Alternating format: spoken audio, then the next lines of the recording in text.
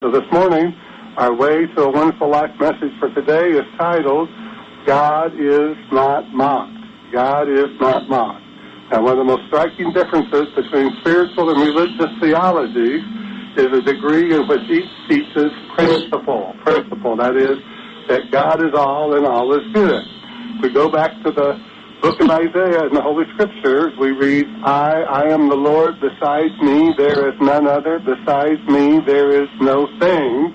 And so we realize that all the power, all the intelligence, all that which is of the Spirit is of God, and that whatever it is that we bring into our own personal expression of life, what power, what intelligence, what spirit, we're drawing it from God. Now, prophets and sages from the sacred books to the Bhagavad Gita, the Torah, and the Holy Bible were calling us to look the principle in our understanding of how our relationship to God and to life truly is. Most religions have foregone the teaching of principle and have focused instead on dogma. Even the dogma that defies principle is still prevalent in most religions and perpetuated in most churches. And this is a simple truth. A simple fact that facts change, but the truth does not, gives us the inspiration to understand principle and to realize the benefits that this understanding brings into our experiences. Without the understanding principle, permanent healing of consciousness is impossible. Principle involves that which is immutable truth. A simple physical illustration would be someone with brown hair who dyes their hair blonde. The appearance, if you met them, would be that they have blonde hair. But the truth is that they have brown hair that is covered up by blonde dye or bleach. In order to heal dis-ease of the body, the mind, and our affairs, a degree of prosperity, success, etc., we must understand that the truth of us is that what is obstructing us from having our good is being covered up and is not being recognized as the truth for us in our mind. Just as a person with brown hair will always have brown hair, health, prosperity, peace, and success are always the truth of us. We just must mentally go through the appearance, that is what we see, and realize the fifth principle that brings forth the truth.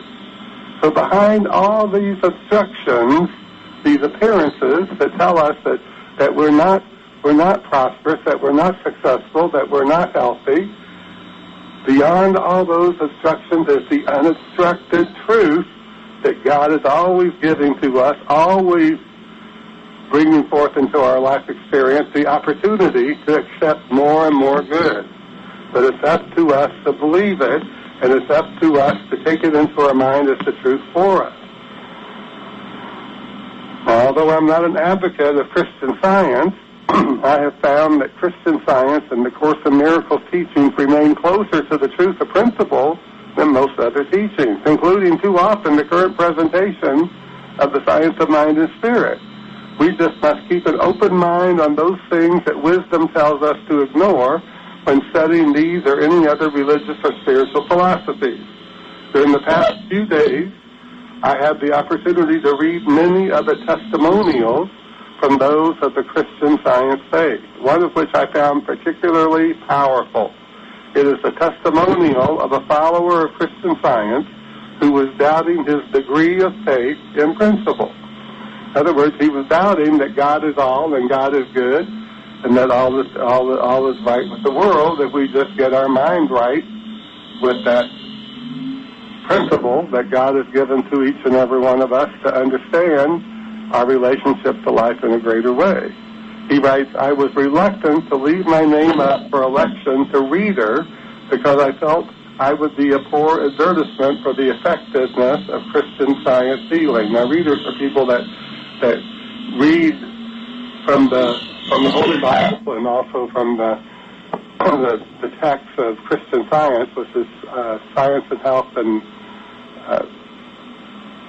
written by Mary Baker Eddy. So he said, I felt my practice of Christian Science was being mocked by a growth on my face. So I prayed to know what I should do. In other words, he had a growth on his face, and that determined in his mind that somehow he didn't have the degree of faith necessary to be something more in the Christian Science church than what he was. So he prayed to know what he should do, and 2 days later, the growth of 15 years fell off, leaving no trace or scar on my face. The thought came at that moment, God is not mocked. We can read this in Galatians 6, 7 in the Holy Bible. God is not mocked. No matter how I had felt humanly, God could not be mocked. The power of infinite mind could not be stopped no matter what I believed mortally. I put my name in and was elected first reader and spent the next 3 years in joyful and uplifting service. In joyful and uplifting service. Now, you may be thinking that this is one of those fellows who never has had a doubt about anything, but you would be wrong. Years after that healing, another growth appeared on the other side of my face. It grew rapidly, and even in the light of the healing I have just recounted, I was filled with doubt. The arguments came fast and furious. You are older now. This is normal. This is worse than the first. There are other things you have not had success in healing, and so on and so on. In other words, I had no faith that I would be healed, even in the light of all the wonderful healings I had experienced of other problems, and even the same type of problem. After a few weeks of this unproductive thinking, I remembered the words that had come to me at the point of my first healing 15 years earlier. God is not mocked. God is not mocked. Within 5 days, I could scarcely find the spot where the growth had been. It was completely healed. Here is the point. I had little faith that I would be healed, but I did have a tiny understanding of the divine principle in the statement, God is not mocked. I was healed without regard to my belief or my seeming lack of faith at that moment of weakness. I was healed by understanding a fundamental truth about God. It was a scientific healing in Christian Science, and now I am grateful to say that I understand somewhat what the founder of our church, Mary Baker Eddy, has taught us. As a byproduct of this healing, my faith has also been strengthened once again. My faith has also been strengthened once again.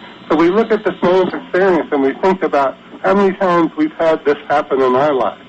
That we have faith, but then all those arguments start appearing in our mind. Oh no, you can't have this. No one from your background has ever attained this. You know, how many times have people given up on their dreams and their hopes and their desires because of that negative argument in their mind that tells them that they can't have it, that it's not available, that it's beyond their reach to attain it.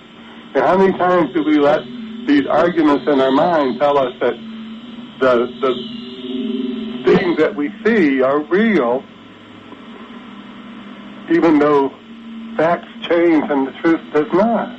The facts change and the truth does not. God has created all of us in God's very own image and likeness. That likeness means in the nature of God. We are intelligent. We can think. And when we can think ourselves out of all manner of situations and experiences and conditions that we might find ourselves in.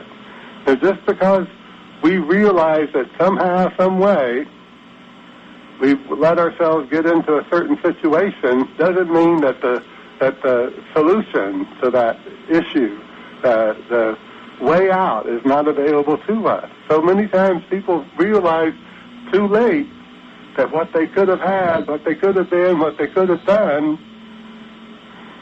was right there for them, right available for them. But we can't go back and look to yesterday. Remember, from our affirmation that we used this morning, I am not burdened by thoughts of past or future. One is gone, the other is yet to come. So we don't go back and kick ourselves around or self-depreciate ourselves because we made a mistake. We go to that healing power and presence, that intelligence that we call God, and we bring into our mind, which is where our power is, in our mind, which is where our ability to get through things is that's in our mind. We go back into our mind and we find ourselves accepting the solution. We find ourselves mentally accepting the solution and realizing that what it is that we're looking for, what it is that we want to create in our life is ours to receive, ours to behold, ours to accept. And so we begin to take that acceptance into our mind in a greater way and allow ourselves to be lifted up into something greater. Let's look at these words from the American mystic Ernest Harding. He says, you are, as Emerson implied, he means the great Ralph Waldo Emerson implied, an organ through which the Spirit executes its will and performs its acts of creation. God does not depend on you. You do depend on God. Electrical energy exists independently of the appliance through which it operates. However, the mechanical device depends upon the electrical energy. It is only as this mechanical device permits a flow of energy that it can distribute it. So it is with our mind. Divine energy flows through our thoughts. The nature of the mind principle, that is the spirit principle of spirit, we are using is that whatever a mental image is set up in it, an objective form will be created. Learn to convert thought patterns of sickness and unhappiness, fear and doubt into patterns which conform to spiritual perfection. You cannot change the pattern of fear by maintaining an attitude of fear or by fluctuating between fear and faith. Make a picture of yourself as happy as successful. Bring it into your mind. Recall it in your mind often. Refuse to entertain contradictory ideas. Since you are the only one who has complete access to your thought, you can do this for yourself better than anyone else can do it for you. Better than anyone else can do it for you. In other words, he's telling us an absolute truth, and we can all say we agree with this, and that is that no one can think for us. No one.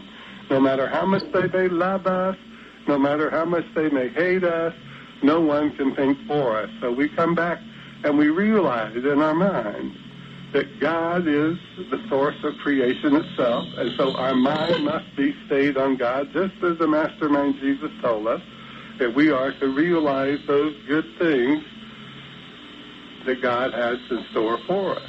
Let's open our mind to receive our good. Let's say to ourselves, nothing is too good to be true. Nothing is too wonderful to have happen. With God as my source, nothing shall amaze me. Nothing. No thing shall amaze me. Just bring that into our mind and let ourselves foster and nurture that idea as the truth for us, and stand up and declare the truth about yourself. See yourself as you want to be seen by others. See yourself as you want to experience life. Bring that image of yourself into your mind and see yourself happy. See yourself gloriously prosperous. See yourself doing and being those things that you want to be. Does that mean that instantly life is going to change for you? No. And does that mean necessarily that you're going to get that exact thing you hope for, you pray for, you dream about? No. But you will get that thing that will make you happy and make you feel alive to life in a greater way. And whatever it was that was dogging you in your mind that made you feel like somehow life was just not as good as it could be, that whole attitude of mind will fade away, and you'll start feeling that one with life in a greater way. You'll feel it one with life in a greater way. Let's go back to this man's testimonial. So this is a powerful, powerful testimonial. He says, I was reluctant to leave my name up for election to reader because I felt I would be a poor advertisement for the effectiveness of Christian Science healing. Now, we can say this, too. We don't have to be Christian scientists to believe that God is our healer, that God is our all-in-all. He said, I felt my practice of Christian Science was being mocked by this growth on my face. He had a growth on his face. So he prayed to know what he should do. 2 days later, the growth of 15 years fell off, leaving no trace or scar on my face. The thought came at that moment, he says, God is not mocked. And we get that from Galatians 6:7. God is not mocked. No matter how I had felt humanly, God could not be mocked. The power of infinite mind could not be stopped no matter what I believed on a human level. I put my name in and was elected first reader and spent the next 3 years in joyful and uplifting service. Now, you may be thinking that this is one of those fellows, that I am one of those people who never has had a doubt about anything. You would be wrong. Years after that healing, another growth appeared on the other side of my face. It grew rapidly. And even in the light of the healing I had just recounted, I was filled with doubt. The arguments came fast and furious. You are older now. This is normal. This is worse than the first. All these things came into his mind. There are other things you have not had success in healing on, and so on and so on. In other words, I had no faith that I would be healed, even in the light of all the wonderful healings I had experienced of other problems, and even of the same type of problem. After a few weeks of this unproductive thinking, I remembered the words that had come to me at the point of my first healing 15 years earlier. God is not mocked. Within 5 days, I could scarcely find the spot where the growth had been. Within 5 days, I could barely find the spot where the growth had been. It was completely healed. Now, here is the point. He tells us, I had little faith that I would be healed, but I did have a tiny understanding of the divine principle in the statement, God is not mocked. I was healed without regard to my belief or my seeming lack of faith at that moment of weakness. I was healed by understanding a fundamental truth about God. So we know that each and every one of us have had these moments where something came to us and we thought, oh my goodness, what's going to happen now? You know, we're going to experience something that's going to be so uncomfortable and something so challenging. What are we going to do? How are we going to get through it? You know, all these things come into our mind, and it dissipates our faith. Remember, faith is the strength of the soul, and lost is the person without it. Soul means consciousness. God is consciousness, and we are in the likeness of God. So therefore, we are consciousness expressing through us, as us, and for us at all times, no matter what's going on in our life. That is the degree of consciousness. That's where our consciousness is. Does it remain there? Of course not. Of course not. Everything changes as our thinking changes, as our level of awareness changes, as our level of understanding changes. And so we realize from this man's testimonial that God is not mocked when we believe in the appearance more than the truth that is ever present and forever available for us to realize. Now, the same thing happens with so many things that go on in our world. We see the appearance and we judge it as real. We say, oh, this is the reality. And so many times people get so caught up in believing these things as a reality that the difficult situation, the whatever it is that caused them to get there, becomes even more dire and even more fastened to their consciousness, and pretty soon they become shackled to poverty. They become shackled to dis-ease of the body and the mind and spirit. They become shackled to feelings of hopelessness and despair, and then it becomes even more difficult for them to get out of their situation.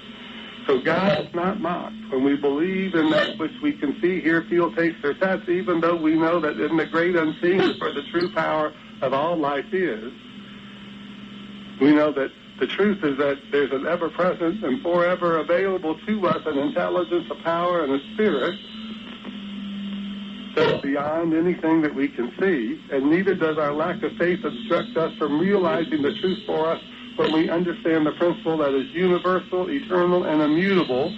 And this is the most glorious validation of God's eternal, unconditional love for us all.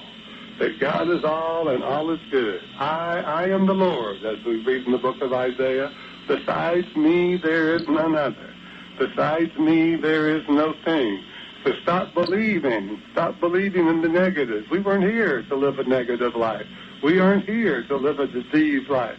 Just as the Mastermind Jesus said, I have come to tell you that you may have life and you may have it more abundantly, a more abundant health, a more abundant wealth, a more abundant success, a more abundance of happiness and joy, and a feeling of harmony and bliss, and a feeling of being one with all that's good. We bring that into our mind and we believe it to be true. So as we believe, we receive. So what we think, we become, as the great Buddha said. And so we become, right where we are, that something greater. And we start living this life of the realization that God is not mocked by our failing to understand all the things that are available to us to realize the greater life, the more joyful life. We have only to look, we have only to reach, we have only to feel that we want to live. We want to live. We want to live to that higher level of joy, that higher level of peace, that higher level of contentment, that higher level of enthusiasm for life. So God is not mocked, even though we may find ourselves looking at the news and getting all discouraged. We may find ourselves reading the newspaper and getting all discouraged. We may find ourselves looking at our bank account and getting all discouraged. Or we may find ourselves sitting in a doctor's office getting all discouraged. We bring back into our mind, God is not mocked. And the truth of me is, I am in the image and the likeness of God. I am of the nature of God. So I use my intelligence to think. I use the power, knowing that thinking is the most powerful thing we do. And I get into the spirit of life and in the spirit of living in a greater way right now, right where I am. And so it is, amen. And so it is, amen.